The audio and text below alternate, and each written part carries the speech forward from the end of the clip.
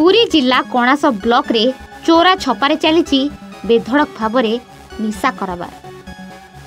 आगकू साधारण निर्वाचन थिबारु एबे गाँ गहली रे मद गंजेई असाधु व्यवसायी माने घरे रखी चोरारे बिक्री होतुबा अभियोग करछंती कणास ब्लॉक त्रिलोचनपुर पंचायत हलदीपदर ग्रामर महिला माने।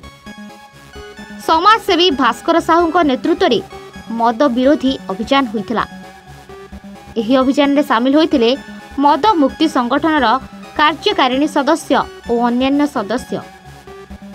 मो ना भास्कर चंद्र साहू आमर यही कणास ब्लॉक वर्तमान आम त्रिलोचनपुर पंचायत हलदीपदर ठारे आमर ये ग्रामर महिला माने एकजुट होती मद विरुद्ध रे स्वर उठेइछंती।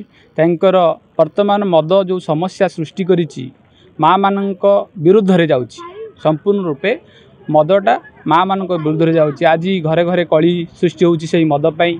सरकार को निवेदन ये मद किभली भाव में हटू से दूरे दियंतु।